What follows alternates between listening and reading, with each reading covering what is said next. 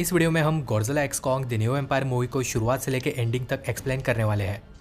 पूरी मूवी को हम डिटेल में एक्सप्लेन करेंगे और इसी के साथ साथ हम सारे न्यू टाइटन्स के बारे में भी बात करेंगे। तो दोस्तों वीडियो को पूरा ज़रूर देखना। अगर मूवी में आपने कुछ मिस कर दिया होगा तो यहाँ पर आपको सारी इन्फॉर्मेशन मिल जाएगी। तो वीडियो शुरू करने से पहले अगर आप मॉन्स्टरवर्स के फ़ैन हो तो चैनल को सब्सक्राइब कर सकते हो, क्योंकि मॉन्स्टरवर्स से रिलेटेड सारी न्यू अपडेट्स आपको यहाँ पर मिलती रहेगी। मूवी के शुरुआत के सबसे पहले सीन में हमें कुछ बहुत ही बड़े ग्रीन क्रिस्टल्स को दिखाया जाता है। तो यहाँ पर हमें डायरेक्टर ने यह दिखाने की कोशिश की है कि हॉलो अर्थ में रोशनी कहाँ से आती है। इसके तुरंत बाद हमें बहुत सारे लीफ विंग टाइटन्स उड़ते हुए दिखते हैं। हमें वार डॉग्स देखने को मिलते हैं जिनकी कॉन्ग से लड़ाई होती है। कॉन्ग उन्हें एक ट्रैप सेट करके हरा देता है। ये सीन इंपॉर्टेंट इसलिए था क्योंकि यहाँ पर कॉन्ग अपने दिमाग का इस्तेमाल कैसे करता है ये उन्हें दिखाना था। जब वो स्कल आइलैंड पर था तब वहाँ पर वही सबसे खतरनाक था, लेकिन हॉलो अर्थ में कॉन्ग से भी कई ज़्यादा खतरनाक टाइटन्स है। हॉलो अर्थ में हमेशा उसे अलर्ट और स्मार्ट रहना पड़ता है। वो वार डॉग को पकड़ लेता है और उसे बीच में से ज़ोर से फाड़ देता है। जब वो उसे फाड़ता है तब उसके ग्रीन कलर का खून कॉन्ग के चेहरे पर गिरता है। वार डॉग के खून की वजह से वो पूरा ग्रीन हो जाता है, जिसकी वजह से वो झरने के नीचे नहा लेता है। जब कॉन्ग वार डॉग को खा रहा होता है तब हमें एक क्रोकोडाइल जैसा टाइटन देखने को मिलता है जिसका नाम है डग। डग यहाँ पर कॉन्ग के हाथ से वार डॉग का टुकड़ा छीनने की कोशिश करता है। कॉन्ग पहले उस टुकड़े को छोड़ता नहीं है, लेकिन बाद में ऐसे ही छोड़ देता है क्योंकि डग उसे क्यूट लगता है। इसके बाद यहाँ पर कॉन्ग को एक आवाज़ सुनाई देती है जो दूसरे बंदर के चिल्लाने की आवाज़ है। जब वो उस आवाज़ का पीछा करता है तब उसे वहाँ पर एक और टाइटन दिखता है जिसका नाम है पैरट फ्रॉग। कॉन्ग को यहाँ पर पता चलता है कि ये आवाज़ पैरट फ्रॉग की थी। ये टाइटन हमें सिर्फ 2-3 सेकंड्स के लिए ही देखने को मिलता है, जो डग से भी छोटा था। और शायद ये टाइटन दूसरे टाइटन्स की आवाज़ों की नकल भी कर सकता है, क्योंकि मूवी में वो कॉन्ग की आवाज़ निकाल पा रहा था। कॉन्ग यहाँ पर नीचे बैठ जाता है और उसके दांत में ऑलरेडी दर्द शुरू हो गया है, ये हमें दिखाया जाता है। इसके बाद हमें डॉक्टर एंड्रूज देखने को मिलती है जो स्कल आइलैंड की लीड साइंटिस्ट थी। कॉन्ग को स्कल आइलैंड से हॉलो अर्थ में डॉक्टर एंड्रूज ने ही शिफ्ट किया था। यहाँ पर वो कहती है कि ऊपर वाली अर्थ और हॉलो अर्थ एक दूसरे से कनेक्टेड है। मतलब यहाँ पर वो कॉन्फ्रेंस रूम में लोगों से बात कर रही है और इंटरव्यूज़ दे रही है। वो कहती है कि हम अब तक हॉलो अर्थ का सिर्फ 5% ही मैप बना सके हैं, यानी कि ये लोग हॉलो अर्थ के बारे में सिर्फ 5% ही जानते हैं। फिर वो कहती है कि कॉन्ग अकेला नहीं हो सकता, वो रोज़ अपने जैसों को ढूंढने निकलता है। वो ये भी कहती है कि जब तक गॉडजिला और कॉन्ग अपने अपने इलाके में है तब तक कोई टेंशन नहीं है। गॉडजिला पृथ्वी के ऊपर वाले सरफेस पर उन खतरों का सामना करता है जिनका हम नहीं कर सकते। कॉन्ग हॉलो अर्थ को एक्सप्लोर करता है और हॉलो अर्थ के बारे में वो और भी बातें कहती है। इसके बाद इटली में एक टाइटन का हमला होता है जो है सिला या फिर स्काइला। गॉडजिला यहाँ पर सिला को मार देता है, जिसके बाद वो रोर करता है और हमें मूवी का टाइटल देखने को मिलता है। मोनार्क के लोगों ने गॉडजिला पर नज़र रखी है जो रोमन कॉलिसियम में रेस्ट कर रहा है। इसी वक्त उन्हें हॉलो अर्थ से कुछ सिग्नल्स मिलते हैं और उनके कंप्यूटर स्क्रीन्स भी फ्लिकर करने लगते हैं। हॉलो अर्थ में जो मरा हुआ वार डॉग था उसे कोई नीचे खींच रहा है, लेकिन हमें दिखाया नहीं जाता कि कौन। उन्हें जो सिग्नल्स मिले हैं ये काफ़ी अजीब है और ये 3 पिरामिड्स की तरह दिखते हैं। इसके बाद हमें मोनार्क का ही एक स्कूल दिखाया जाता है जहाँ पर जिया पढ़ रही है। क्लासरूम में उसे एक सपना आता है और वो कागज़ पर और अपने बेंच पर वैसे ही 3 पिरामिड्स बनाती है जैसे उन्हें सिग्नल्स मिले थे। इसी वजह से स्कूल में डॉक्टर एंड्रूज को बुलाया जाता है और वो जिया से पूछती है कि तुमने ऐसा क्यों किया। जिया उसे कहती है कि मुझे नहीं पता और मुझे यहाँ पर अजीब लगता है। डॉक्टर एंड्रूज उसे समझाती है कि तुम्हारी दुनिया मेरे साथ है और मेरी दुनिया तुम्हारे साथ। फिर वो दोनों घर चले जाते हैं। घर पर डॉक्टर एंड्रूज टीवी पर यह देख रही थी कि जिया उन्हें पहली बार कैसे मिली थी। टीवी पर हमें भी वही सीन देखने को मिलता है जब जिया छोटी थी और उसे स्कल आइलैंड से बचाया गया था। फिर यहाँ पर डॉक्टर एंड्रूज जिया की स्केच देखती है जो उसने अपने सपने में बनाई थी। फिर यहाँ पर उसे पता चलता है कि ये दोनों सिग्नल्स तो सेम ही है। इसके बाद हमें फिर से हॉलो अर्थ का सीन देखने को मिलता है जहाँ पर मोनार्क का आउटपोस्ट है। इस आउटपोस्ट पर एक टाइटन हमला कर देता है और यहाँ के कैमरा में उसका थोड़ा सा फुटेज भी रिकॉर्ड हो जाता है। कुछ समय बाद हमें पता चलता है कि यह सब कुछ एक्चुअली जिया के सपने में आ रहा था। यह सपना देखकर जिया काफ़ी डर जाती है और उसे ऐसा लगता है कि उसके साथ कुछ बहुत ही बुरा हो रहा है। डॉक्टर एंड्रूज उसे समझाती है कि तुम्हारे साथ कुछ भी बुरा नहीं हो रहा, तुम बिल्कुल परफेक्ट हो। फिर इसके बाद डॉक्टर एंड्रूज फ्लोरिडा जाती है बर्नी से मिलने के लिए। बर्नी अपना पॉडकास्ट रिकॉर्ड कर रहा होता है। उसी वक्त डॉक्टर एंड्रूज दरवाज़ा खटखटाती है। यहाँ पर वो बर्नी से कहती है कि उसे उसकी मदद चाहिए और उसे इन सिग्नल्स का मतलब जानना है। बर्नी उसे कहता है कि वो ये करेगा अगर उसे हॉलो अर्थ जाने का मौका मिले। डॉक्टर एंड्रूज उसे ले जाने के लिए रेडी हो जाती है। फिर वो बोलता है कि वो हॉलो अर्थ को अपने कैमरा पर रिकॉर्ड भी करेगा। डॉक्टर एंड्रूज बोलती है कि अपनी रिकॉर्डिंग पोस्ट करने से पहले तुम्हें मोनार्क को दिखानी होगी। यहीं पर डॉक्टर एंड्रयूज को एक टाइटन के आने की खबर मिलती है और ये टाइटन कोई और नहीं बल्कि कॉन्ग है। इसी वक्त गॉडजिला भी नींद से जाग जाता है और वो कहीं पर जाने लगता है। कॉन्ग इस पोर्टल से ऊपर आता है और डॉक्टर एंड्रयूज को वो काफ़ी कमज़ोर लगता है। यहीं पर हमें ट्रैपर का कैरेक्टर देखने को मिलता है जो एक तरह से टाइटन्स का डॉक्टर है। यहाँ पर उन्हें पता चलता है कि कॉन्ग का दांत जख्मी है। जब कॉन्ग वाट डॉग को हॉलोट में खा रहा था तभी उसके दांत में दर्द होना शुरू हो गया था।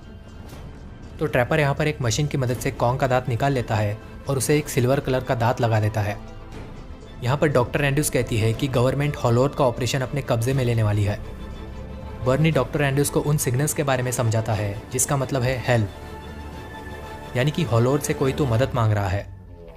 इसी वजह से वो हॉलोट जाते हैं ताकि इन सिग्नल्स के बारे में पता कर सके। डॉक्टर एंड्रयूज, जिया, बर्नी, ट्रैपर और एक आदमी जो स्पेसशिप को चलाता है, ये सभी लोग मिलकर हॉलोट में जाते हैं। तो कॉन्ग के पीछे वो हॉलोट में आ जाते हैं जहाँ पर कॉन्ग अपने अपने रास्ते चला जाता है। ये लोग अभी भी सिग्नल का पीछा कर रहे हैं और यहीं पर हमें कुछ नए उड़ने वाले टाइटन्स देखने को मिलते हैं।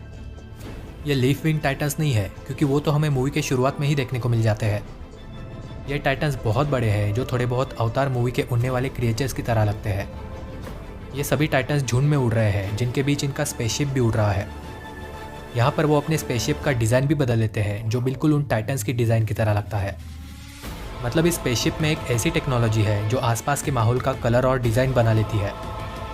इसकी वजह से उनका स्पेसशिप भी इन टाइटन्स में से ही एक लगता है। दूसरी तरफ अर्थ के ऊपर वाले सरफेस पर गॉडजिला एक पावर प्लांट को तबाह कर देता है। इस पावर प्लांट से गॉडजिला रेडिएशन को सोख कर रहा है और अपने आप को चार्ज कर रहा है। यहाँ पर गॉडजिला अपनी पावर बढ़ाने की कोशिश कर रहा है और वो भी उन सिग्नल्स की वजह से ऐसा कर रहा है। यहाँ पर कुछ मिलिट्री के फाइटर प्लेन्स गॉडजिला पर हमला कर देते हैं और गॉडजिला उन्हें तबाह कर देता है। दूसरी तरफ ये लोग मोनार्क के हॉलोट वाले आउटपोस्ट पर पहुँच जाते हैं। यहाँ पर उन्हें पता चलता है कि सब कुछ बर्बाद हो गया है और यहाँ पर सभी लोग मर चुके हैं। दीवार पर उन्हें एक बड़ा सा पंजे का निशान दिखता है। डॉक्टर एंड्रयूज कहती है कि ये कॉन्ग का नहीं है। वहाँ के कैमरा के रिकॉर्डिंग में उन्हें पता चलता है कि यह किसी खतरनाक टाइटन ने किया है। वीडियो में उन्हें उसकी सिर्फ आग दिखती है। वो वहाँ से निकल जाते हैं। कॉन्ग उस गुफा में पहुँच जाता है जहाँ पर उसने अपने एक्स को रखा है। वो अपने एक्स को उठाता है और हॉलोर को एक्सप्लोर करना शुरू कर देता है। वो एक बड़े से दरार में कूद जाता है जहाँ पर ब्लू कलर के क्रिस्टल्स होते हैं। ये वही दरार है जहाँ पर नीचे किसी ने उस मरे हुए वाट डॉग को खींचा था। जब वो यहाँ पर नीचे पहुँचता है तब उसका एक्स ग्लो करने लगता है। यहाँ पर बहुत सारे ब्लू और पिंक कलर के क्रिस्टल्स हैं और नीचे कुछ स्केलेटन्स भी पड़े हैं जो दूसरे कॉन्ग्स के हैं। यहाँ पर कॉन्ग को एक गुफा भी मिलती है जिसके दूसरे साइड में बिल्कुल एक नया हॉलो अर्थ है। मतलब ये अनचार्टेड हॉलो अर्थ है जहाँ पर कॉन्ग पहली बार आया है। इस जगह पर काफ़ी धुआं है और यहीं पर उसकी मुलाकात सुको से होती है। कॉन्ग अपनी एक्स को नीचे रख देता है और सुको की तरफ अपना हाथ बढ़ाता है। सुको भी अपना हाथ कॉन्ग की तरफ बढ़ाता है, लेकिन यहीं पर सुको कॉन्ग की उंगली को काट लेता है और वहाँ से भाग जाता है। तभी कॉन्ग पर दो बंदर जैसे टाइटन्स हमला कर देते हैं। यहाँ पर उनकी लड़ाई होती है और सुको भी कॉन्ग को मारने चला आता है। यहाँ पर कॉन्ग भी गुस्सा हो जाता है और सुको को पकड़ लेता है। सुको के पैरों को पकड़कर वो वैसे ही दोनों बंदरों को मारता है। यहाँ पर एक बंदर नीचे गिर जाता है और दूसरा वहाँ से भाग जाता है। जो बंदर नीचे गिरकर मर गया उसके पास एक चाकू था और वही चाकू कॉन्ग को मिलता है। उस चाकू को पकड़कर कॉन्ग सुको से पूछता है कि ये लोग कहाँ से आए थे। सुको कॉन्ग को तुरंत नहीं बताता, लेकिन जब कॉन्ग उसे डराता है तब सुको कॉन्ग को रास्ता दिखाता है। दूसरी तरफ अभी भी वो उस सिग्नल का पीछा कर रहे हैं और वो उस सिग्नल के पास भी पहुंच जाते हैं। सिग्नल में गड़बड़ी की वजह से उनका शिप नीचे क्रैश हो जाता है। नीचे उतरने के बाद बर्नी तुरंत अपने कैमरा से रिकॉर्डिंग शुरू कर देता है।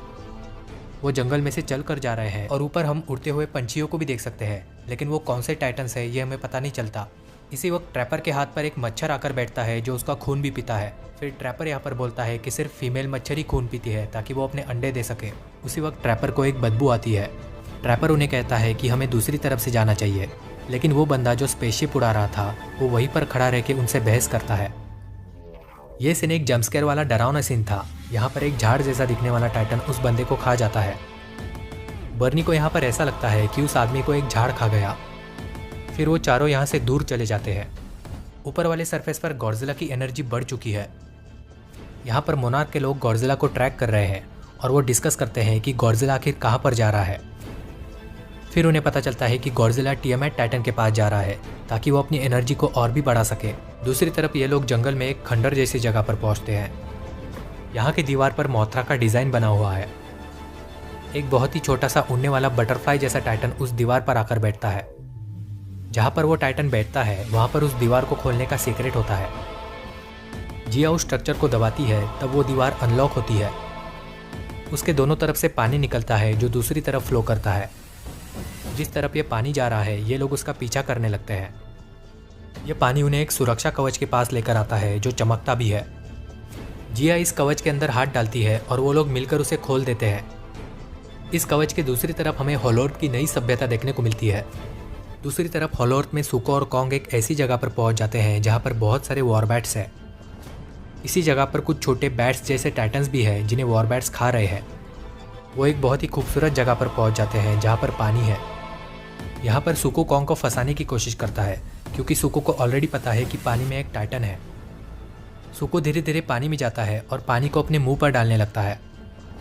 वो कॉन्ग को भी पानी में बुलाता है और कॉन्ग भी वैसा ही करने लगता है। यहाँ पर सुको के एक्सप्रेशन देखकर हमें पता चलता है कि उसने कॉन्ग को फंसाया है। तुरंत पानी में से एक बड़ा सांप वाला टाइटन आता है जो कॉन्ग के ऊपर हमला कर देता है।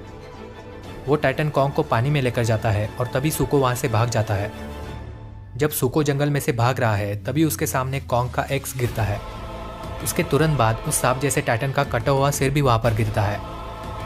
तो यहाँ पर हमें पता चलता है कि कॉन्ग ने उस टाइटन को मार दिया है और उसका सिर भी काट दिया है। उस टाइटन का कटा हुआ हिस्सा कॉन्ग अपने साथ लेकर जाता है। फिर कॉन्ग उस सांप वाले टाइटन के टुकड़े को खाने लगता है। सुको भी घबराकर कॉन्ग से खाने के लिए मांगता है, लेकिन जब कॉन्ग उसे एक टुकड़ा ऑफर करता है तब वो उसके हाथ से लेता नहीं है। जब कॉन्ग उस टुकड़े को ज़मीन पर फेंक देता है तब सुको उसे उठाता है।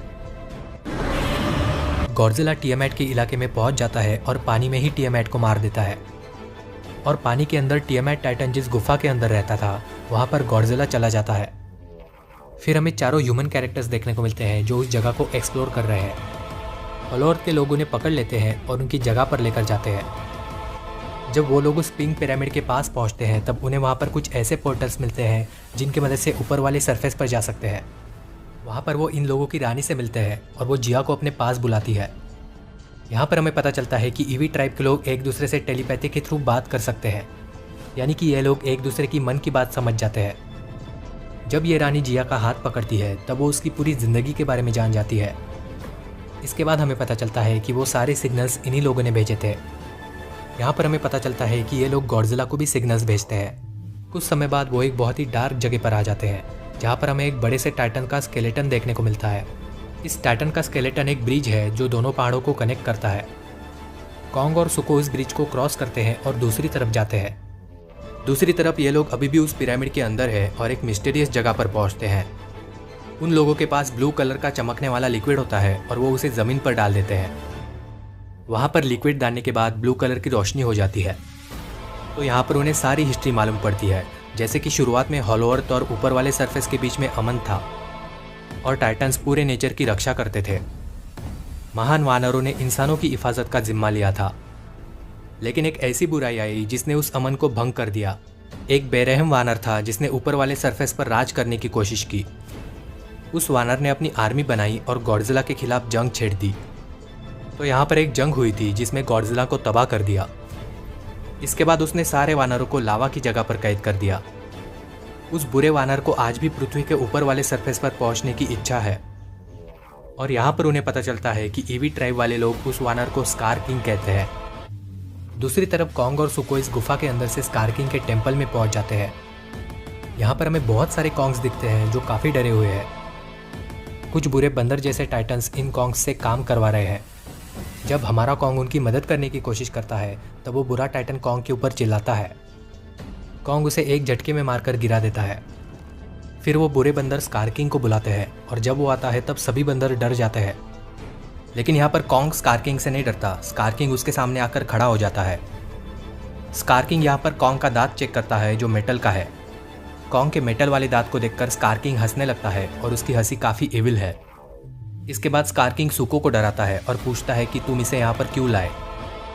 जब स्कार किंग सुको को मारने वाला होता है तब एक दूसरा बंदर सारा इल्ज़ाम खुद के ऊपर ले लेता है।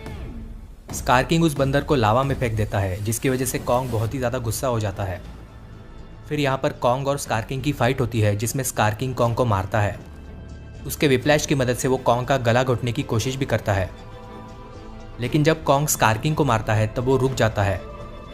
इसके बाद स्कार किंग शिमू को छोड़ देता है और यहाँ पर हमें पता चलता है कि स्कार किंग शिमू को कंट्रोल कर सकता है। एक्चुअली उस विप्लैश की एंडिंग में एक क्रिस्टल लगा हुआ है जिसकी मदद से वो शिमू को दर्द दे सकता है। तो यहाँ पर स्कार किंग शिमू को कंट्रोल नहीं करता, बल्कि शिमू को मजबूरन स्कार किंग की बातें सुननी पड़ती है। स्कार किंग शिमू को ऑर्डर देता है। जब शिमू उसका ऑर्डर मानने से मना करती है तब वो उसे उस क्रिस्टल की मदद से बहुत ज़्यादा दर्द देता है। उस वक्त शिमू को इतना दर्द होता है कि उसे मजबूरन उसकी ऑर्डर माननी ही पड़ती है। शिमू जब कॉन्ग पर हमला करती है तब सुको उसे वहाँ से भागने का रास्ता दिखाता है। किसी तरह जान बचाकर कॉन्ग और सुको दोनों वहाँ से भाग जाते हैं। गुफा में उन्हें शिमू के बारे में भी पता चलता है और फिर उनकी बातचीत होती है कि कॉन्ग ये सब अकेला कैसे संभालेगा। फिर डॉक्टर एंड्रयूज बोलती है कि कॉन्ग अकेला नहीं होगा। यहाँ पर उन्हें यह भी पता चलता है कि जिया को यहाँ पर मोथरा को जगाने के लिए बुलाया है। दूसरी तरफ सुको और कॉन्ग भाग रहे हैं और उनके पीछे 3 बंदर पड़े हैं। एक बंदर के पास चाकू है जो नीचे उनके ही ट्रैप में गिर जाता है। इसके बाद बचे हुए 2 बंदर सुको के ट्रैप में फंस जाते हैं। फिर सुको और कॉन्ग वहाँ से निकल जाते हैं। यहाँ पर हमें पता चलता है कि एक बंदर अभी भी जिंदा है। वो उनका तब तक पीछा करता है जब तक वो होलो अर्थ के लोगों के पास पहुँचते हैं। दूसरी तरफ हमें यह दिखाया जाता है कि गॉडजिला अभी भी टियामैट की गुफा में है और सुपर चार्ज हो रहा है। टियामैट टाइटन पूरी तरह से पिंक कलर में ग्लो कर रही थी और जिस गुफा के अंदर वो रहती थी वहाँ पर भी पिंक कलर की एनर्जी थी। इसी जगह पर गॉडजिला भी उस एनर्जी को सोक करने की कोशिश करता है। दूसरी तरफ डॉक्टर आइलिन एंड्रयूज ये सोच रही है कि जिया होलो अर्थ के लोगों के साथ बहुत ही खुश लग रही है। वो ये भी सोचती है कि अगर जिया यहीं पर रहना चाहती है तो वो उसे रोकेगी नहीं। यहाँ पर बर्नी और ट्रैपर ये नोटिस करते हैं कि होलो अर्थ के लोग काफ़ी ताकतवर है। वो पिरामिड्स के पत्थरों को हिला रहे हैं ताकि ग्रेविटी को बदल सके।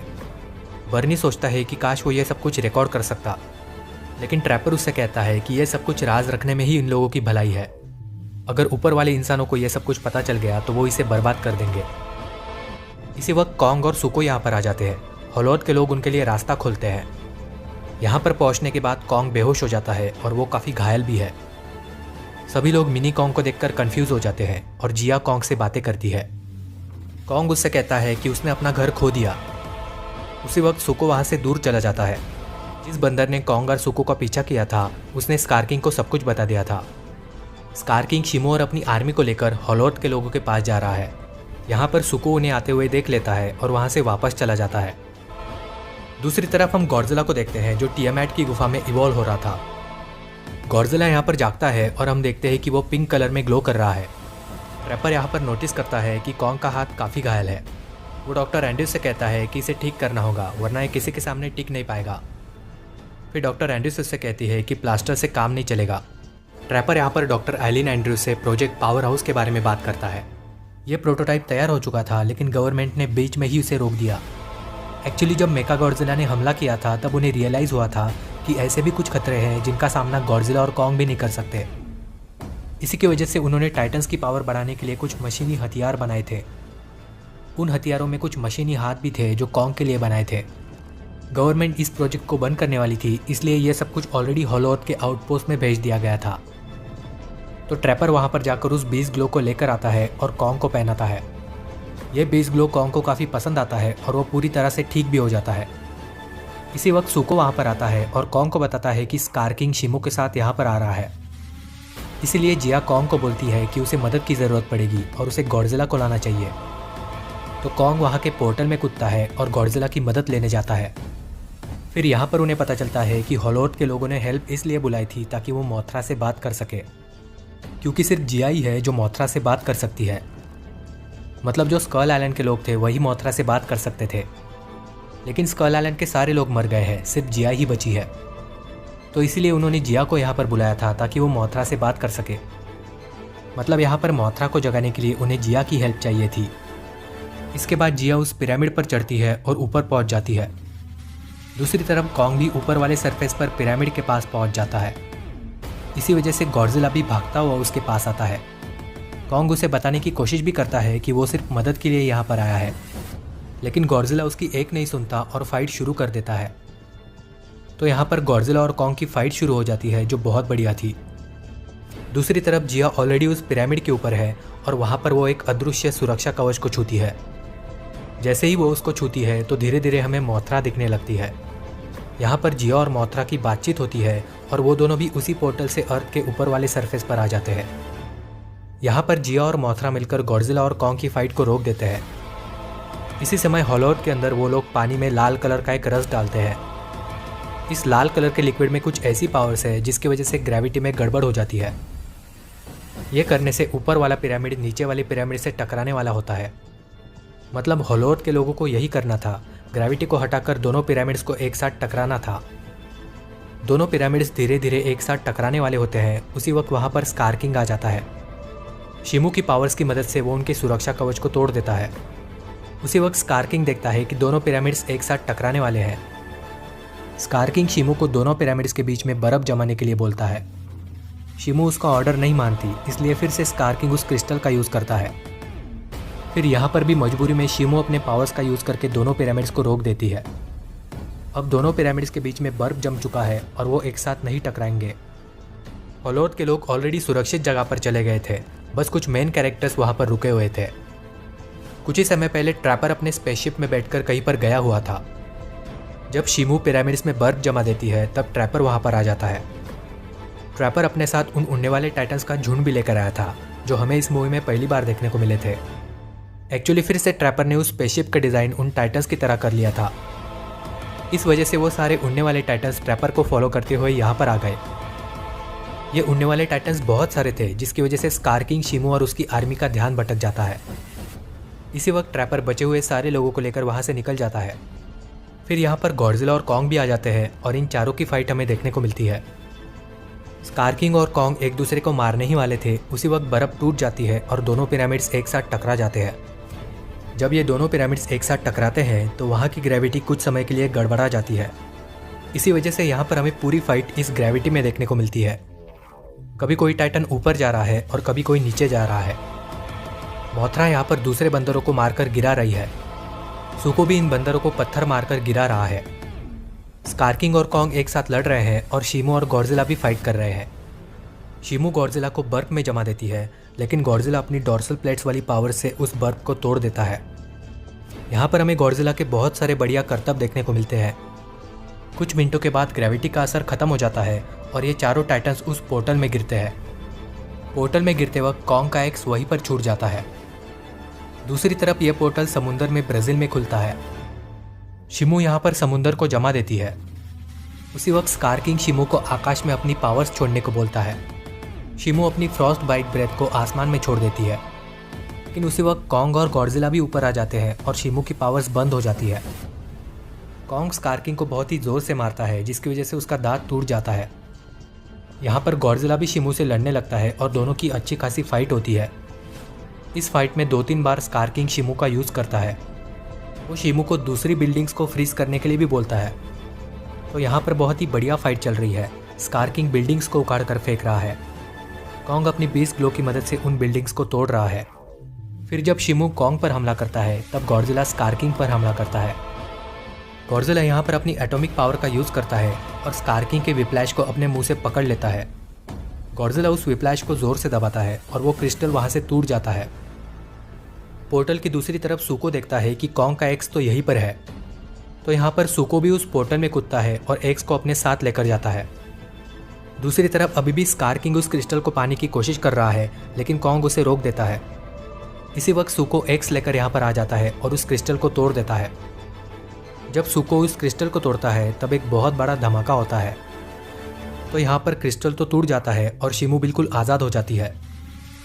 सुको ने क्रिस्टल को तोड़ा, इसकी वजह से स्कार किंग उसे गुस्से से पकड़ लेता है, लेकिन कॉन्ग को गुस्सा आता है और वो बहुत ही ज़ोर से उसे मारता है। फिर इसके बाद गॉडजिला और कॉन्ग स्कार किंग की कैच कैच खेलते हैं। कॉन्ग अपने 20 ग्लो वाले हाथ से स्कार किंग के गर्दन को पकड़कर उसे ऊपर उठा लेता है। फिर यहाँ पर शिमू अपनी पावर्स का यूज़ करके स्कार किंग को बर्फ में जमा देती है। बर्फ में जमने के बाद भी स्कार किंग की एक आंख हिल रही थी। इसी वजह से कॉन्ग उसे ज़मीन पर पटक कर तोड़ देता है। कॉन्ग उसके पूरी तरह से टुकड़े कर देता है। इस सब के बाद गॉडजिला अपनी पिंक कलर की एटॉमिक ब्रेथ को आसमान में छोड़ता है। शिमू की पावर्स की वजह से आसमान बदल गया था, जो अब पहले जैसा हो जाता है। मोथरा अभी भी होलो अर्थ में है और जिया डॉक्टर एंड्रयूज को फिर से मिल जाती है। डॉक्टर एंड्रयूस यहाँ पर जिया को बोलती है कि अगर तुम्हें यहाँ पर रुकना है तो रुक सकती हो, लेकिन जिया उसे बताती है कि जहाँ पर आप हो वहीं पर मेरा घर है। स्कार किंग ने होलोर्थ के लोगों के सुरक्षा कवच को तोड़ दिया था, लेकिन मोथरा उस कवच को ठीक कर देती है और पहले जैसा बना देती है। होलोर्थ में सभी लोग खुश हो जाते हैं और हमारे मेन कैरेक्टर्स भी खुशी में एक दूसरे के गले लगते हैं। ऊपर वाले सरफेस पर गॉडजिला फिर से कॉलिसियम में सो जाता है और सबसे आखिर में कॉन्ग, शिमो और सुको के साथ स्कार किंग के टेंपल में आ जाता है। यहाँ पर हम ये देख सकते हैं कि शिमो कॉन्ग की पेट बन चुकी है। शिमो के ऊपर कॉन्ग बैठा है और कॉन्ग के कंधे पर सुको बैठा है। कॉन्ग और सुको नीचे उतर जाते हैं और कॉन्ग यहाँ पर चिल्लाने लगता है। यहाँ पर शिमो भी चिल्लाती है। कॉन्ग भी सुको के हाथ को उठाता है और फिर से चिल्लाने लगता है। यहाँ पर जितने भी कॉन्ग्स हैं वो सारे खुशी से चिल्लाने लगते हैं। यानी कि दोस्तों ये सभी लोग आज़ाद हो चुके हैं और कॉन्ग उनका अच्छा राजा बनेगा। कॉन्ग के पास सबसे ताकतवर टाइटन शिमो, सुको, बीस्ट ग्लो और अपना एक्स भी है। तो दोस्तों मेरे ख्याल से आखिरी वाला सीन ये दर्शाता है कि कॉन्ग अब किंग कॉन्ग बन चुका है। यहाँ पर मूवी ख़त्म हो जाती है और मूवी में कोई पोस्ट क्रेडिट सीन नहीं है। बस जब क्रेडिट्स रोल हो रहे हैं तब हमें दूसरे टाइटन्स की आवाज़ें सुनाई देती है। यहाँ पर हमें लगभग सभी टाइटन्स की आवाज़ें सुनाई देती है और सबसे एंडिंग में सुको की आवाज़ सुनाई देती है। यहीं पर यह मूवी ख़त्म हो जाती है।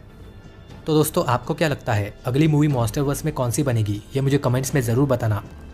वीडियो पसंद आया होगा तो इसे लाइक ज़रूर कर देना। एम करते हैं 3000 लाइक्स के लिए। और अगर आप चैनल को सब्सक्राइब कर रहे हो तो बेल आइकन को भी ज़रूर प्रेस कर देना ताकि आप मेरी किसी भी वीडियो को मिस ना करें। ये वीडियो देखने के लिए बहुत बहुत धन्यवाद दोस्तों।